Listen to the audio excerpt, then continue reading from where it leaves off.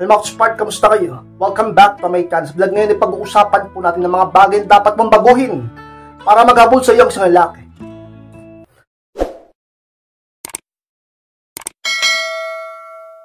At kung handa na kayong lahat, masata po tayo at muli, be inspired!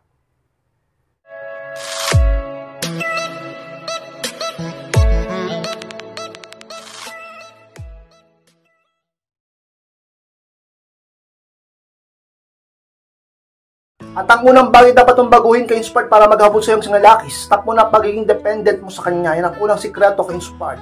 Bagay na dapat mong tandaan ngayon sapagkat kay Inspired sa pinakasikreto na dapat mong baguhin upang lalaki naman ang maghabol sa iyo at di laging ikaw.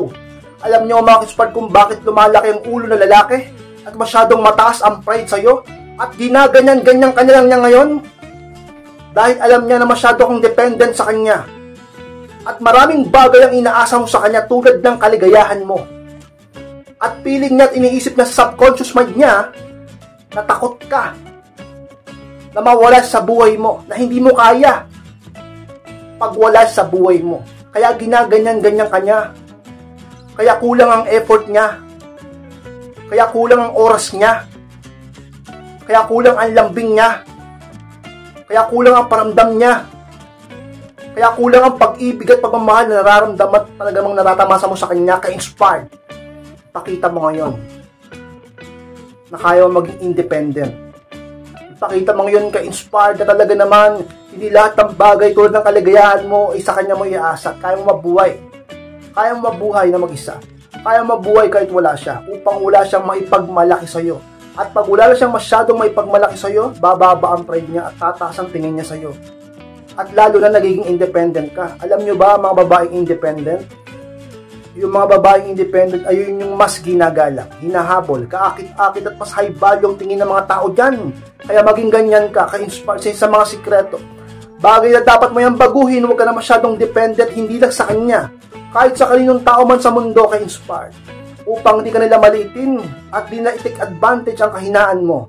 At tulad sa pag-ibig, kapag naging independent ka, natutulungan mo ang sarili mo, natutulungan mo pa siya. Hindi ka pa pabigat sa kanya. May silbi ka pa. Real talk lang. At mas lalo kanyang papahalagahan ka-inspired. At siya naman ang laging mag-aabot sa iyo. At siya pa nga ang matakot na mawala ka. Sapagkat talaga namang alam niya ang kakayahan mo ka-inspired. Pangalawang dapat mong baguhin ka-inspired para maghabol sa iyo ang lalakis. Mas gamitin mo na ngayon ang utak mo kaysa puso mo. Yung pangalawa ka-inspired. Alam niyo mga ka-inspired, talaga namang napakahirap baguhin sa mundo. Lagi nangingibabaw talaga ang emosyon ng pag-ibig. Alam ko na makapangyarihan ang pag-ibig. Alam ko talaga namang sa maraming pagkakataon dapat itong ipaglaban at sa makatuwirang bagay dapat itong pahalagahan. Pero lagi kong sinasabi din na lahat ng bagay sa mundo kapag sobra na ay hindi na maganda o masama na. Kaya kapag sobra na, mas gamitin mo ng utak mo. Mas gamitin mo ng isip mo, wag laging ang damdamin mo upang hindi ka lubos na masaktan at paglaruan. Talaga naman ka-inspire. Kasi sa mga bagay na baguhin mo upang makita ng isang lalaki ang pagbabago mo. Pag nakita niya na mas ginagamit mo na ngayon ang utak mo kaysa puso mo, talaga namang babalansihin niya ngayon ang mga ginagawa niya sa'yo. Aabante pa atras yan sa mga kalokohang ginagawa niya sa'yo. Baka pati ang pagtrato niya sa'yo, baguhin niya na rin. Baka magkaroon na rin siya ng takot na mawala ka. Dahil nakikita niya na mas matapang ka na dahil mas ginagamit mo ng utak mo. Dahil nakikita niya na mas matatag ka na dahil mas ginagamit mo ngayon ng utak mo. Dahil nakikita niya na mas wais ka na dahil mas ginagamit mo na ngayon ng utak mo. Dahil nakikita niya na mas matapang ka na dahil mas ginagamit mo na ngayon ng utak mo. Dahil nakikita niya talaga naman mas kaya mo na siyang tiisin sapagkat mas ginagamit mo na ngayon ng utak mo kaysa sa puso mo. Talaga naman ka-inspired. So sa mga pinakasikreto upang magtagumpay sa isang relasyon at ang lalaki ang laging mag-aabot sa iyo ka-inspired. Pangatlong dapat mong baguhin ka-inspired para mag-aabot sa iyo ang isang lalaki. Huwag ka lang maniwala o magtiwala agad. Yan pangatlo ka-inspired. Pangatlong sikreto ka-inspired dapat mong tandaan. Alam nyo napakahalaga niyan. Huwag kang masyadong marupok. At huwag mong pairan palagi ang pagiging martir at pagiging tanga mo. Talaga naman ka-inspired.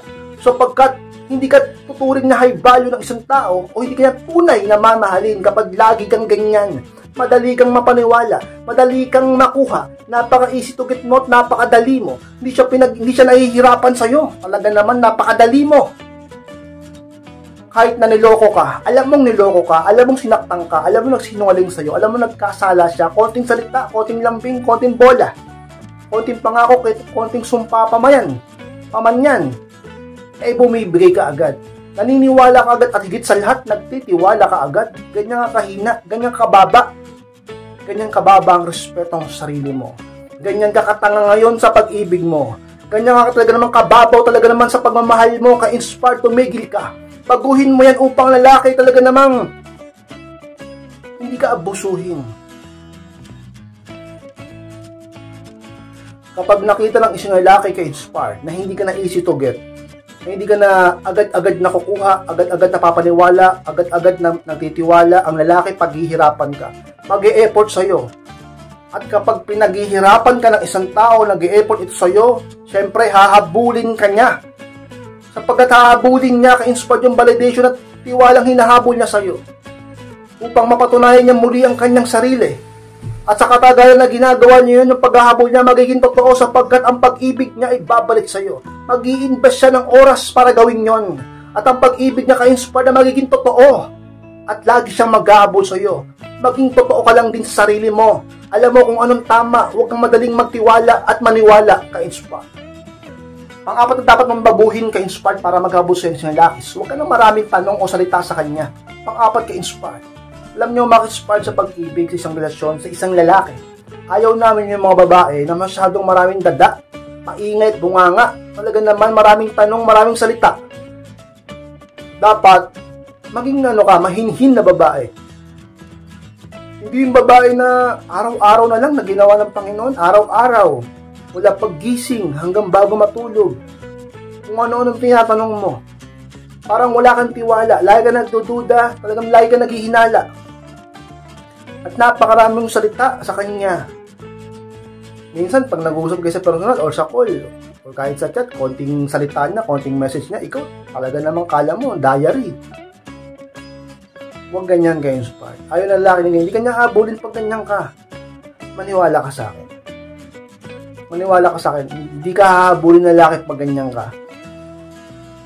Maging babaeng babae ka sa pamamagitan ng maging submissive, tahimik, mahinhin, feminine, talagang gentle, maging ganyan. Down to earth individual. Hindi yung masyado kung kala mo kung sino ka at kung makadada ka dyan, makatanong ka, kala mo isday mo pa investigador at senador, ka-inspired. Sa isang mga sikreto, dapat mong baguhin yan. At makikita mo totoo sa katagalan na ang lalaki ay magbabaliw sa iyo. At dahil siya ay mababaliw sa pag-ibig mo, dahil talaga namang di niya nakikita yung mga bagay na ayaw niya sa iyo sa babae, siya ay maghahabol sa iyo. Ka-inspired, maniwala ka sa akin. Ayaw ng mga lalaki ng maraming ganyan. At mas mamahalin ka niya pag hindi ka na ganyan. At hahabulin ka niya araw-araw, ka-inspired. Paliman dapat mong baguhin, ka-inspired, para maghabol sa iyong lalaki. Huwag mo na muling pabayaan ang sarili mo. Palima, ka-inspired. Yan, pinapabayaan mo masyado yung sarili mo. Kaya ngayon, imbis na maghabol sa yung lalaki, hindi ka hinahabol. Ikaw pang nag-ahabol sa kanya, sapagkat piling mo ang baba mo na, sapagkat pinapabayaan mo sarili mo. Siya, relax lang, kampante lang siya, chill lang siya, cool lang siya. Kaya ka-inspired, pwede mong baliktaran ang sitwasyon, di ba? Siya naman yung maghabol sa iyo sa pamamagitan ng mag-focus ka ngayon sa sarili mo. Sa kanya ka kasi palagi nakapokus eh. Oo, naliligo ka, nagisipilo ka, nag-aayos ka. Pero mas maraming focus yung binibigay mo sa kanya dahil baliw ka nga sa pag-ibig, di ba? Pero ngayon, ka-inspired, mas mag-focus ka sa sarili mo. Ayusin mo lahat sa'yo, itsura mo, katawan mo, ayos mo lahat, amoy mo, buhay mo, lahat.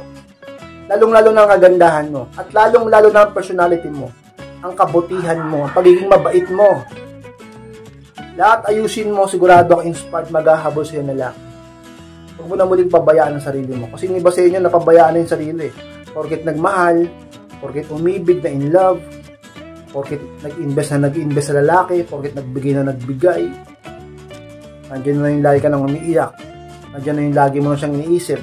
Lagi ka, nagkaka-anxiety ka na, nagdududa ka na, kasi lagi ka nagsiselos. Nandiyan na yung stress ka na, kasi lagi na kayong toxic. Pinapabayaan mo yung sarili mo. Tignan mo, baka gumagaan na yung timbang mo. O kaya naman yung iba sobra na sa timbang, sa stress. Tingnan mo yung balat mo, nanunuyo na. Dati alaga ka sa skincare, ngayon dahil sa lagi mas focus ka na sa pag-aaway nyo, mas focus ka na sa pag-iisip sa kanya, mas focus ka na sa pagtatanong sa kanya kung nasaan siya, pag-update sa kanya, mas focus ka na sa taga namang ka-inspired sa kabaliwan mo sa kanya. Itigil mo yan ka-inspired. Sa isang mga sikretong dapat mong tandaan at baguhin upang maghabol sa iyo ang isang lalaki. Dapat mong baguhin ka-inspired para maghabol sa iyo ang isang lalaki. Huwag mo na ulit kalimutang lumapit sa Diyos Ama. Yung pang-anim ka-inspired pinakahuli at pinakamahalaga. Ano ba sa inyo ha? Baguhin nyo na yan. Yung kinakalimutan nyo yung Panginoon, baguhin mo na yan. Yung nakakalimot ka. Pag may problema kayo ng boyfriend mo, pag may problema kayo ng asawa mo, huwag mo kakalimutan na merong Diyos na lumikha ng lahat ng bagay at nagbigay ng buhay mo. At yan dahilan kung bakit nagkita kayo. Talaga naman ka-inspired. Ayusin mo. Lumapit ka sa Panginoong Diyos Ama, talaga namang ihilin mo lahat sa Kanya at ihingi mo ng gabay sa Kanya. At maniwala ka sa akin, karamihan ng magkakarelasyon sa buong mundo na nagtatagumpay ay talagang sila yung mga lumalapit sa Panginoong Diyos, ka-inspired. Ka-inspired, maraming salamat po sa pagtapos ng vlog ito. Kung kalimutan na mag-like, comment, share na rin po upang makatulong din po tayo sa iba. At sa mga di pa mo subscribe, ay pumak-support, click nyo na po yung subscribe and click nyo rin po notification bell upang mag-update po kayo pag may bago kong upload makita nyo. Sa mga gusto magpa-coaching na magpa-advise, pakibas na po ako sa kayong Facebook and yung profile picture ko. Pakichat po ako po mismo magre-reply sa inyo. Maraming salamat mga ka-inspired, mag-ingat kayong lahat. Mahal ko po kayo at muli, be inspired!